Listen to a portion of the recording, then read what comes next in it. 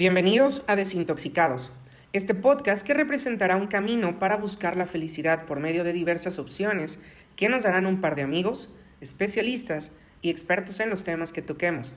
Esta temporada estará enfocada en la salud emocional. La finalidad es que en cada episodio busquemos la salida a los problemas, situaciones nocivas, miedos y cualquier herida del alma. Esas heridas que a lo largo de la vida te han impedido estar pleno, las he sufrido yo y probablemente las estás sufriendo tú. Cada episodio estará presentado por mi compañero y amigo Cristian García o por su servidor Luis Espino. Además, habrá capítulos especiales. Hoy voy a ser el conductor de este viaje. Te contaré anécdotas personales y estaré acompañado por dos especialistas, Marta Patricia Zavala y Verónica Morales Towns. Bienvenidas, Marta y Verónica. ¿Cómo están? Hola, ¿qué tal, Luis? ¿Qué tal? Muchas gracias por la invitación. Y el tema de hoy vamos a hablar en este episodio acerca de algo que también les voy a contar una anécdota, una situación personal, y es acerca de la soledad. La soledad, el rechazo y los miedos. Esta pandemia vino a movernos en todos los sentidos. Y vino a sacarnos de nuestra zona de confort o a hundirnos, ¿no? Completamente. Me gustaría, antes de abordar ya de lleno o en el desarrollo del tema, preguntarles ¿qué es la soledad? ¿Qué es el abandono y qué es el rechazo? Yo hubiera preferido empezar por otra cosa, pero... Dime. Pero si quieres, es que yo creo que el tema de la soledad, del abandono y el rechazo, podemos ligarlo con lo que tú estás iniciando, que tiene que ver con la pandemia.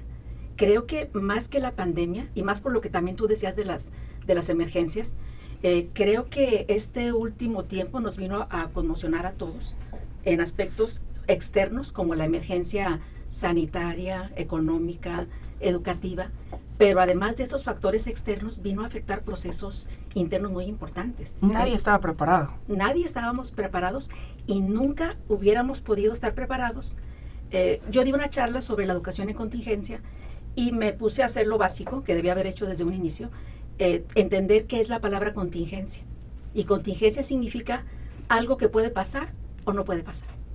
Entonces, si estás esperando algo que puede pasar y no puede pasar, Verónica estará de acuerdo conmigo, creo, en esto, significa que estás en un estado de alerta todo el tiempo, porque no sabes si va a pasar, no va a pasar, y eso que puede pasar y no puede pasar es enfermar, morir, ver morir a un conocido, perder el trabajo, uh-huh. Que otra persona se vea dañada, que colapse el sistema de salud, el sistema económico. Entonces, ¿qué podíamos hacer nosotros con esta declaración de contingencia? Yo les decía a mis alumnos algo así, que es como cuando estás en un edificio de departamentos, tu vecino hace mucho ruido, antes de dormir, avienta los zapatos, tú estás esperando que se quite los zapatos, se quita un zapato, tú dices, ahorita el segundo, ya me duermo, y nunca avienta el segundo zapato, y entonces no te puedes dormir, porque estás esperando el ruido para poder relajarte. Estar en un estado de contingencia, esperando lo que puede pasar y no puede pasar, te pone en alerta constante e impide que puedas hacer cosas. Por eso, como decíamos ahorita antes del programa, y lo que decían en la cabina, la gente decía, es que ponte a estudiar, ponte a aprender otro idioma, decora tu casa, ponte a dieta, despliega tus actividades. No se puede cuando estás en ese estado de contingencia, de alerta constante, y por eso muchas personas se sintieron sobreexigidas. Entonces creo que todos nos sentimos solos, incomprendidos, abandonados, porque nadie estaba dando lugar para lo que estábamos sintiendo. Entonces creo que esta situación de contingencia vuelve relevantes estas palabras o estos conceptos de soledad, abandono. ¿Cuál era la otra? Rechazo. Y viene a replantear, ¿no? situaciones de la vida que dábamos por hecho o dábamos por asentado, pero de repente viene esta crisis. Ajá. Y nos viene a replantear y a mover todo lo que dábamos por hecho, ¿no? Mira, viéndolo como de una forma, la vida diaria se transformó en un principio de incertidumbre. Entonces, ¿qué pasa si retengo mi economía? Porque no sé cuánto tiempo va a durar. Entonces una persona normal empezó a hacer algunos cambios. Dejó de comprar algunas cosas. No solo dejar de salir, dejar de ver a los amigos, dejar mucho, ¿sí? Y si a eso vamos, entonces todo en lo que se tenía la fe o la esperanza, pues eso también lo abandonó, ¿sí? Si pensamos en eso, fueron una cantidad de abandonos. El abandono tiene un asunto, dice Liz Bourbeau, que hay 5 heridas básicas que se crean a lo largo de la existencia, bueno, todas basadas en la infancia. La primera es el abandono, rechazo, traición, injusticia y humillación. Entonces, desde esa parte, dice, todos venimos después de elegir a nuestros padres y vivimos alguna de esas heridas. Si pensamos en el abandono en sí, todas las personas, ahorita todas, tuvieron un abandono de algo. Si lo ponemos de esa manera, entonces se han generado heridas que te generan también una máscara, y a esa máscara le llamamos dependencia. Y lo potencializa, ¿no? Y se potencializa, porque entonces nos convertimos en algún momento, y esto es hipotético, en algún momento nos transformamos nuevamente en niños, y esa incertidumbre, a quien no le haya pasado, es más, me gustaría mucho escucharlo, pero seas profesional de la salud o no, todos en algún momento fuimos niños, nos sentimos dependientes y dijimos, ¿qué fregados voy a hacer? Por más fuerza que tú tengas. Y eso lo puedo yo, hipotéticamente, lo podría decir, no sé, 95% de la población lo sintió en algún momento. Y les voy a platicar una experiencia personal. Y ahorita ustedes me contarán alguna experiencia de algún paciente o algo así. Pero mi vida era perfecta, ¿no? Y digo, lo es, pero en ese punto, antes de post-pandemia, no, pre-pandemia, porque todavía seguimos escuchando a Gatell. ¿Tú que eres fan de Gatell, Marta? De la información. De la información de Gatell, del club de fans de Gatell. Pre-pandemia, todo era perfecto. El trabajo, las relaciones, la amistad, todo, ¿no? Todo iba a un paso, iba marchando. Soy una persona particularmente que está siempre activo, moviéndome, compitiendo con Marta por ver quién veía más películas, en el cine, conciertos, viajes, visitas, todo lo que en lo personal, ¿no? Como cada persona funcionaba. Viene la pandemia y entonces redescubro muchos miedos que tenía, de los más simples hasta los más absurdos. Sí. Me vuelvo la persona más miedosa, más hipocondriaco y empiezo a tener crisis de ansiedad, ¿no? Esas heridas que mencionas que tenemos abiertas desde chiquito, como el abandono, se me hace una heridota y empiezo a volverme dependiente.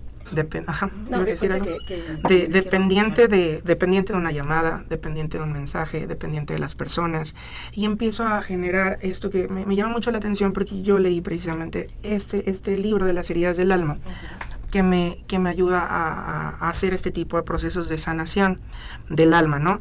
Entonces empiezo a caer que empiezo a desarrollar en mi mente que tengo ciertas enfermedades incurables, pero es esta forma de decir, no me dejes. Por favor, dependo de ti. Mira, puedo tener un tumor en el cerebro, por favor no me dejes, ¿no? Pero ¿sabes qué fue lo que pasa? Que yo todos los días recibía una llamada a mi mamá, todos los días llevaba un mensaje de X persona y me empezaron a abandonar, ¿sabes? O sea, no por el tema de que me hayan abandonado, sino ellos tienen sus propios problemas y empiezo a alejar a las personas inconscientemente. Al alejar a las personas y realmente caer en abandono, ahí es donde me vuelvo una víctima y digo, me abandonaron, me dejaron, estoy solo, ¿qué hice? Y empiezo a culparme y empiezo a tener este tipo de situaciones. Milagrosamente llega a mis manos este libro de las heridas del alma y descubro que me estaba volviendo una víctima, ¿no? Y que entonces tenía una herida abierta del abandono y que efectivamente ya las personas que creí que nunca me iban a abandonar se habían ido. Y entonces empiezo a buscar ayuda y empiezo un proceso de sanación y terapias. Marisela, la productora de este programa, que es psicóloga y amiga de ambos, empiezo a recurrir al tema psicológicos y a temas de sanación emocional, energía y demás. Y hoy me puedo encontrar en este proceso de sanar y de curarme de este abandono que yo generé, ¿no? En esta pandemia. lo que me gustaría escuchar de ustedes es que están frente a una persona que tiene estas heridas, que se sintió abandonado, que se sintió rechazado y que fue abandonado por esta situación que provocó. Pero me gustaría que las personas que están escuchando este podcast, que se sientan así y que todavía no han hecho el proceso de buscar ayuda, ¿cómo pueden sanar? ¿O qué necesitan o a quién necesitan para poder sanar estas heridas? Ahora sí las dejo hablar. Sí, vamos a, espero presentar puntos de vista diferentes. Yo me quedo pensando en esto que dices, aprovechando tu anécdota. Tú dices, esas heridas que tenía se volvieron a abrir con esta situación de la pandemia y el abandono. Desde mi modelo teórico, si las heridas se abrieron por esta contingencia, es que no estaban resueltas.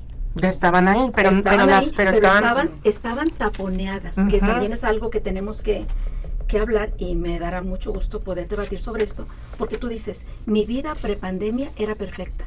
Yo te diría que no. Exacto, claro. Que la de ninguno de nosotros era perfecta. Que todos nosotros, por eso me gusta mucho el concepto de mi amigo Gatell, de la nueva normalidad, porque no vamos a regresar a la normalidad, y a lo mejor es afortunado, porque nuestra vida no estaba bien. La vida de la sociedad, explotación de recursos, explotación laboral, contaminación, maltrato escolar. Si ustedes recuerdan, antes de que empezara esta cuestión de la pandemia, había habido muchas amenazas de estudiantes a los centros educativos, denunciando violencia dentro de las aulas. Entonces, la vida no era perfecta. Nosotros tal vez, o una parte de nosotros, quería creer que la vida era perfecta antes de la pandemia. Pero había ahí ya algunas cosillas, algunas heridas que no estaban resueltas. Había muchas cosas que estaban mal en nuestras vidas, de todos, profesionales de la salud, público en general. Todos estábamos, incluso por ahí va lo que se manejó al inicio de la pandemia, todos estábamos apurados haciendo cosas. Todos estábamos con mucha actividad. Hay un libro que me gusta mucho y que quiero recomendar, se llama Mi año de descanso y relajación. Es una novela, no recuerdo la autora porque el nombre es muy extraño, pero en Mi año de descanso y relajación no dice exactamente eso, pero yo me identifiqué mucho con ese título, y creo que ustedes también, porque dice ella, nunca alcanzo a hacer lo que tengo pendiente, pero siempre pienso, en el fin de semana me pongo al corriente, termino de hacer todo lo que tengo pendiente, porque no solamente son pendientes del trabajo, son pendientes de casa. Tengo que ir acá a la tintorería, comprar, recoger. Y luego no solamente son pendientes de trabajo y de casa, sino también son pendientes de diversiones, películas pendientes, series pendientes, libros pendientes. Entonces nunca tengo suficiente tiempo, y uno dice, en el fin de semana lo hago, en las vacaciones, en el asueto, y nunca acabamos. Entonces ella decide tomarse un año de descanso y relajación. Entonces a lo mejor nosotros no pensamos en un año, pero ¿quién de nosotros no ha sentido que le falta tiempo para hacer lo que quiere? ¿Quién de nosotros no se sintió ligeramente convocado cuando al inicio de la pandemia nos decían, ahora es el tiempo para hacer lo que realmente querías hacer, lo que no podías hacer por estar con prisas? Exacto. Entonces yo creo que nuestra vida antes de la pandemia, la vida prepandemia, parecía perfecta, pero no era perfecta. Estábamos constantemente acelerados también porque la vida moderna nos impide tener tiempo libre y nos evita enfrentarnos al vacío del mundo interior, al vacío de estar con nosotros mismos. Qué bonito suena eso, y súper interesante, porque gracias por corregir esa frase que dije, pero realmente tienen mucha razón. Qué privilegio es que en este tiempo, en donde es como si se descubriera el telón, ¿no? Ajá. Como en el teatro, que se abre el telón y entonces abre el interior y descubres esa magia, ¿no? Y dices, ah, caray, no era perfecta. Ajá. Y entonces dices, en este tiempo, yo ya recurrí a todos los especialistas, ya sé, al menos sé que médicamente estoy bien, pero entonces recurro a especialistas del alma. Y ahora sí puedo decir que estoy tratando esas heridas, que previo a la pandemia no me había hecho una introspección de eso, ¿no? Exacto. Qué privilegiado soy. Pero ¿cuántas personas quedan heridas en este tiempo? Claro, esa fue la oportunidad.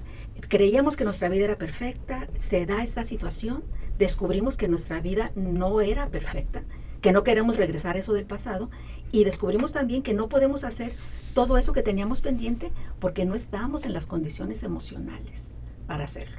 en un estado de contingencia y de zozobra, de muerte, destrucción, fin del mundo, qué sé yo. Yo trabajo mucho con adolescentes y ya desde antes, coincidirás conmigo en eso, ya ellos decían, el mundo se va a acabar en el 2025. ¿Qué caso tiene estudiar? ¿Qué caso tiene enamorarse? Si el mundo se va a acabar. Entonces todo eso que ya estaba presente en la vida de los adolescentes se hizo presente en todos nosotros. Y como tú dices, es el momento privilegiado en que descubrimos nuestro sufrimiento, nuestro dolor, nuestro vacío y buscamos la manera de resolverlo con especialistas o con nuestras personas cercanas. Como tú decías, justo cuando más necesito al otro, perdón, el otro no está, porque claro, todos estábamos tan angustiados que nuestra energía libidinal, nuestra fuerza, se retrajo del mundo y de las amistades y se vino hacia nosotros para poder resolver lo propio. No sé si puedo resolver ahorita qué es lo que las personas tendríamos que hacer, pero creo que lo primero es parar y pensar en lo que estamos viviendo. Verónica.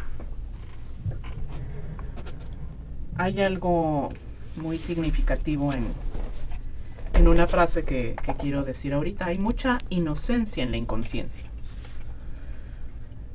Ya que somos conscientes de esas heridas de las que menciona Marta Patricia, pues definitivamente, ¿qué es lo que toca hacer? Sí, claro, parar, detener un poco mi actividad.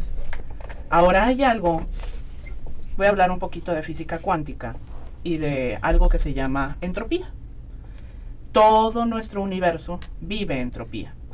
Y en realidad es algo que tiene fórmulas matemáticas y en la que explica pues, que en realidad la entropía es una teoría del caos, en el que cada vez más vamos siendo más fuertes para jalar, digamos que deshacernos de lo que nos está presentando ahorita la vida. Y para eso, imaginemos definitivamente, por ejemplo, Gonzalitos o leones a las 7 u 8 antes de la pandemia. Lo que generamos son puntos de bifurcación. En esta ocasión, también la pandemia, tendremos que pensar desde la programación neurolingüística cómo llamarle, porque no le puedo llamar yo una debacle o... Si le llamo entonces punto de bifurcación, ¿qué es? Pues es una oportunidad para que esta calle, que es Leones, genere rutas alternas. Y como humanos lo que estamos haciendo es generando esas rutas alternas. ¿Pero desde dónde? Desde esa conciencia. Ya soy consciente que tengo problemas. ¿Qué voy a hacer con ellos? Y ahí es a donde vamos, porque muchas personas empezaron, pues es que yo nunca había practicado meditación y en este tiempo de pandemia estoy haciendo yoga, meditación, fui con el terapeuta, tuve llamadas, hice terapia online. Entonces, hubo muchas personas que se empezaron a mover hacia otros lados que no habían hecho. Tú mismo lo dijiste. Esto empezó con hipocondriasis o con enfermedades y terminaste yendo a un terapeuta. Pero te voy a hacer una pregunta, Verónica. Yo, porque me considero una persona hasta cierto punto maduro o consciente, o que tengo muy buenos amigos. Quizás soy muy afortunado que tengo muy buenos consejeros. Y que me gusta hablar, ahora me gusta hablar y expresar mis problemas. Creo que muchas personas nos callamos. Uh-huh. Y eso es lo peor que puedes hacer, no decirlo, no expresarlo porque te ahogas, ¿no? Pero yo caigo en cuenta que tengo un problema porque precisamente era como, ya me sentía rechazado, ya me sentía abandonado completamente, me sentía dejado, todo este tipo de situaciones. En mi cumpleaños me la pasé llorando porque me sentía abandonado, con los ojos hinchados, algo en todas las fotografías, y digo, no, esto no está correcto, ¿no? Esto no está correcto y no estoy haciendo las cosas correctas. Voy a mencionar a un amigo muy especial que es Salvador Huerta y también mi socio, y como él, muchas personas se me acercan para hacerme ver que estoy tomando un papel incorrecto. Pero aquí la pregunta clave es, ¿cómo identificar que tengo un problema y que no me doy cuenta que tengo un problema? Porque Luis Espino, a quienes estaban viendo ustedes de frente, supo detectar que tiene un problema. Y yo supe que tenía un problema y yo sabía que tenía que resolver ese problema para avanzar. Pero en este momento hay muchas personas que están en sus casas ahogados y tomando decisiones incorrectas o tomando decisiones precipitadas o estancados en una situación de depresión, de abandono, de soledad, que quizás podría sonar o ser lo mismo, de crisis. ¿Cómo saber que tengo un problema y cómo saber que lo necesito resolver? Desde una concepción, digamos que más holística, el primer punto es que la vida ya no es tan funcional. Pero quiero yo decir algo al respecto de esto. A veces, con tal de defendernos, utilizamos, y ahorita podrás hablar de la represión, podemos utilizar un mecanismos de defensa para no ser conscientes de las cosas. Negación, represión, etcétera. En lo que estoy mencionando de Lise Bourbeau se genera una máscara. Y eso se genera desde la parte más amorosa, ¿sí? Se genera desde una parte amorosa, ¿por qué? Porque no queremos que sea consciente del daño y que sea un golpe a la persona, al self. Entonces se genera esa máscara. Muchas veces, hasta el hecho de no darnos cuenta que estamos en una situación vulnerable o en la que estamos, aquí en Holística no consideramos las cosas buenas como malas, ni malas, lo que consideramos son experiencias. Entonces, esa experiencia que se está viviendo a lo mejor no fue la más apropiada, pero es parte del camino. Entonces, ¿cómo se va a dar cuenta? Pues va a depender también de ese camino. Si mi camino ya es momento de abrir los ojos y por primera vez, ¡ay! Ya me di cuenta. En Gestalt usamos mucho esa frase. Pero hay personas que no están listos, aunque una persona de afuera sepa que esté viendo, ¿no? Te está viendo y sabe que algo está pasando contigo, pero no. Lo primero que se requiere es eso, darse cuenta. Pero es de cuestión personal. Así como dice Vero, no puede haber una situación general. Creo que pasaron muchas cosas en la contingencia. A mí me tocó escuchar muchas personas que se estaban exigiendo demasiado, que era lo que decíamos que se manejaba en medios. Aprende otro idioma, decora tu casa, cuida a tus hijos, ayúdales con la escuela, practica un deporte, mantén tu alimentación sana. O sea, de repente había mucha exigencia, las personas se sentían incapaces de cumplirlos y se deprimían. Entonces yo creo que una situación importante es poder distinguir lo que es la demanda social del deseo personal. Esto es lo que me pide el otro, esto es lo que yo estoy en condiciones de hacer. Entonces creo que cuando menos en esta contingencia tenemos que hablar y volver a hablar de que es una situación inédita, que yo agregaría a las heridas, que es un tema que desconozco, pero me atrevo a hablar de lo que desconozco. No conozco a la autora, pero creo que una herida significativa fue que ni las autoridades sabían qué hacer. Y fue una sorpresa y un desencanto, porque de niño tú crees que tus papás saben, y si tus papás no saben, los jefes saben, las autoridades saben, y era un desencanto y una sorpresa cuando las autoridades decían, no sabemos. Oiga, va a pasar esto, no sabemos. Estamos viendo qué hacen los otros países para ver qué medidas fueron adecuadas y cuáles fueron inadecuadas. Entonces nadie sabía. Y esa era una herida grande que no podías confiar en nadie, no había el experto. Tú le crees a tus papás y si no a los papás, al experto, y aquí circulaba muy poca información o muy poca certeza, y eso hacía que hubiera mucha angustia. Entonces creo que hay un problema técnico entre saber quiénes se sienten agobiados por esta circunstancia específica y quiénes cargan cosas pasadas que se acentuaron en esto. Yo diría, de una manera bien general, que habría cuando menos un criterio. Quien sufre debe buscar ayuda. El sufrimiento creo que es la medida el motor de la búsqueda, sufrir. Y en consulta, sobre todo en análisis, escuchamos cuando la persona dice, estoy viviendo como no quiero vivir, o estoy haciendo lo que no quiero hacer. Y ahí nos damos cuenta que no es su voluntad y que no es su conciencia. Pero depende de la persona. Sí, porque ahí en ese discurso es algo que no puede controlar. Tal vez ahí requiere el especialista, porque dice, ya lo intenté. ¿Y qué especialista? Porque yo platicaba contigo previo a esto, y yo te decía, Vero va a ir, bueno, en ese momento no te mencioné que Vero, pero te decía, yo no quise buscar un psicólogo. Sí.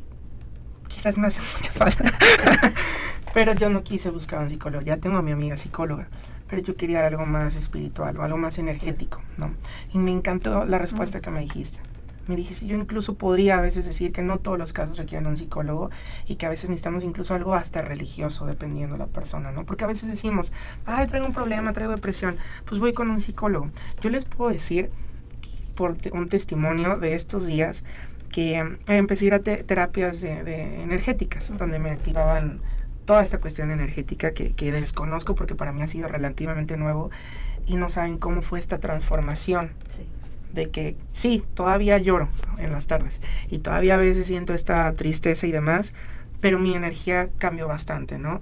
Y no precisamente fue con un psicólogo, Claro. ¿no? Sí, y yo lo decía y lo reitero, no todo mundo tiene que ir con el psicólogo, porque estaríamos otra vez dando recetas.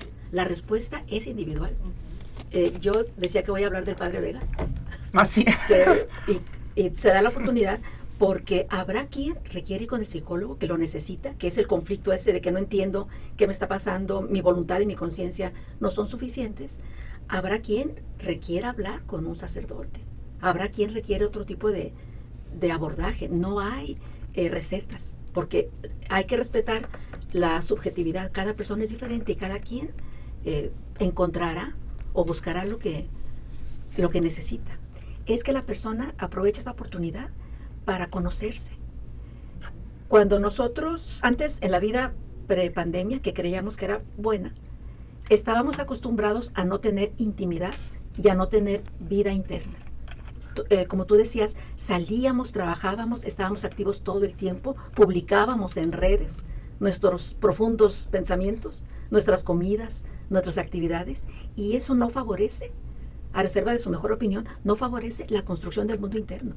Las personas, si nosotros veíamos lo que se publicaba en redes, pensaban algo y lo expulsaban. No se daban el tiempo de procesar, tramitar. Entonces, pasa esto de la pandemia, la persona se queda solo con sus pensamientos y se angustia porque no está acostumbrado a tramitar, a conocer su mundo interno. Cuando ya sabemos que no está bien, cuando ya sabemos que medio lo identificamos, que estamos en crisis, que estamos angustiados, y que no podemos ir pronto a un especialista o eso, ¿qué es lo que recomiendan hacer cuando una persona empieza a detectar este tipo de crisis o caos en su vida? Cuando una persona, si alguien nos está escuchando, que se vaya triste a dormir, que amanezca triste, que esté agobiado, que esté agobiada, ¿qué les recomiendan hacer? Porque obviamente a lo mejor no es como... Yo les puedo decir, yo, que en una semana fui a 5 terapias. Así quería... A 5 terapias diferentes. O sea, fui quiropráctico, barra de Access, no sé si se llama Access o no sé qué, pero 5 terapias diferentes. Y entonces, bueno, yo ya quería hacer de que ayahuasca, quería hacer ya fui a los tacos, ya quería hipnosis, quería resetear el disco, o sea, yo ya quería sanar. Claro. Porque aparte, la vida sigue. Pandemia o sin pandemia, la vida sigue. Entonces era como, sí te permites estar triste, pero tienes que avanzar. Pero si estoy estancado, si me voy a dormir triste, si sé que estoy cometiendo errores en decisiones, si estoy decidiendo en la pandemia, ¿qué puedo hacer? En esta posición hay algo muy básico. Primero, como nuestros pensamientos crean realidades. Una herramienta muy útil es en qué estoy pensando en este tiempo. Pensamientos de muerte. Putas. Y luego estoy deprimido. Estoy pensando en que nadie me quiere, todas las personas se están alejando. Entonces, si empiezo a ver que todos esos pensamientos a la hora de anotarlos son bastante negativos, significa que necesito hacer algo, aunque no me caiga una conciencia directa. Hay una propuesta. ¿Cómo llamarle a la soledad? La soledad, desde la programación neurolingüística diríamos, es estar conmigo. Y así esa soledad como es menos atemorizante. Porque muchas veces puedes estar solo, aunque estés acompañado. Porque una cosa es estar solo y otra cosa es sentirte solo, ¿no? Sentirte solo. Sí, pero si lo cambias desde la dialéctica y dices, estoy conmigo, entonces tampoco estoy solo.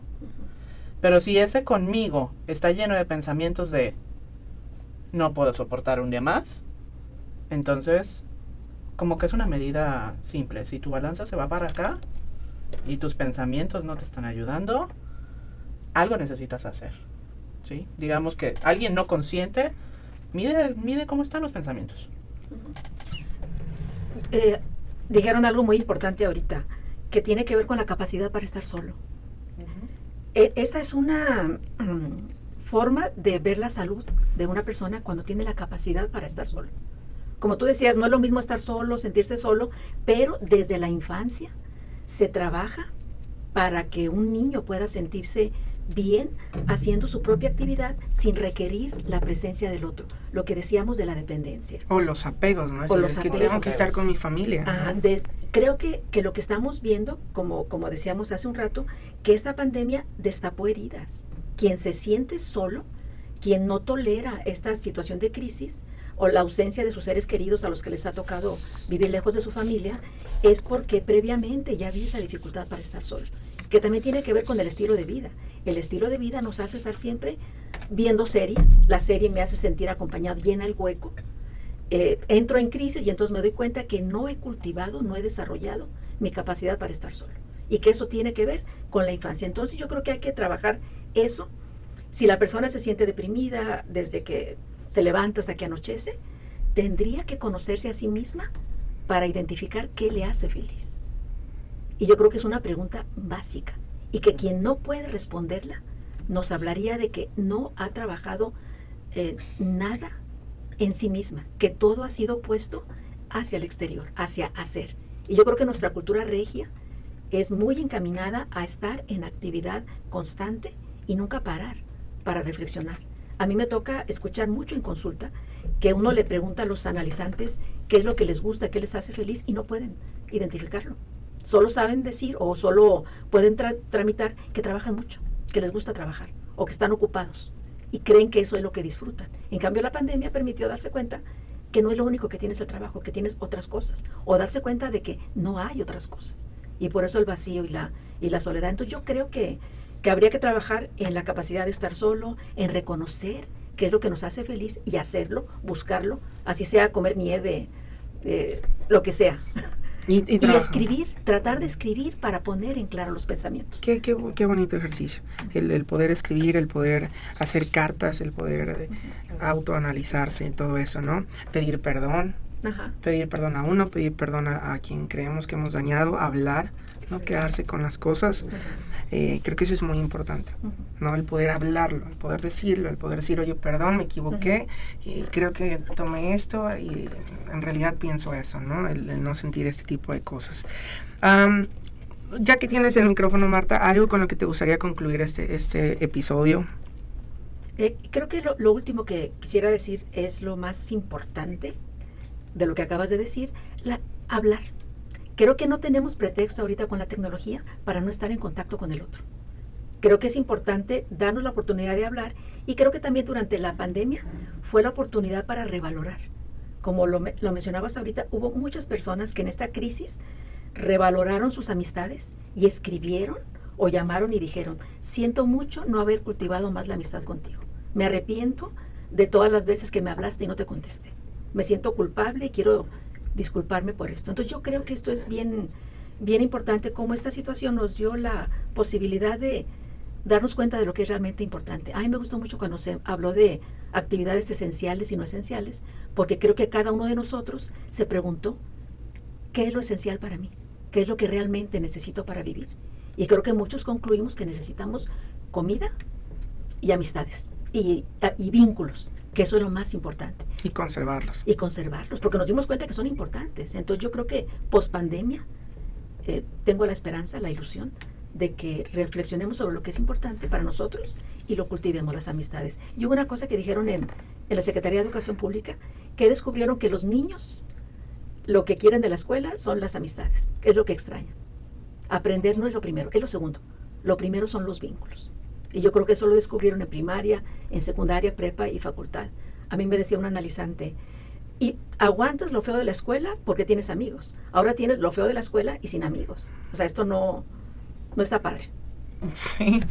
Pero pues mira, para cerrar, yo preguntaría, Pues es verdad esto de reconectarte contigo, pero hay un ejercicio muy básico y se lo dejo yo a mis pacientes. Y el ejercicio es básico de ¿qué voy a hacer por mí el día de hoy? Entonces, desde esa conciencia es, hoy quiero levantarme bien tarde. Ok, sin culpa, sin nada, porque lo decidiste tú. Te quedas en la cama. Hoy voy a aventarme el maratón de Netflix. Pues eso es tuyo, ¿sí? Si esa parte trae el gozo, genial. Porque creo que en este proceso, si todos nos preguntamos, bueno, ya, conscientemente, ¿qué voy a hacer por mí el día de hoy? Y resulta que no tengo ganas de hacer nada, hello para tus antenitas y haz algo. Pero si tengo, ya sé qué voy a hacer, voy a planear toda la semana de cosas para mí, pues qué genial. Pero creo que para cerrar y de una forma muy simple, esto da la oportunidad de estar conectados con uno mismo. Y si eso es así, hazte regalos cada día. Y si no estás dispuesto, si no tienes ahorita la capacidad de darte algo para ti, entonces definitivamente hay algo que se está moviendo ahí atrás y se necesita ayuda. Y para eso necesitamos también mucho valor, es verdad, para pedir ayuda, pero este también es el momento. Y de ver con quién se cuenta. Así de simple. Es el momento, ¿no? Es el momento. Qué bonito, y con eso terminemos, es el momento de sanar. Gracias, Marta, gracias, Verónica, por su tiempo, por estar aquí en este espacio que nos brinda Única. Gracias a Única, gracias a Salvador Huerta también por estar en la producción, a Marisela Codina y a todos los que hacen posible este podcast. Gracias, de verdad, sin ustedes no se hubiera podido hacer este episodio. Gracias a ti. Gracias, Luis. Hasta luego y nos vemos en el próximo programa de Desintoxicados.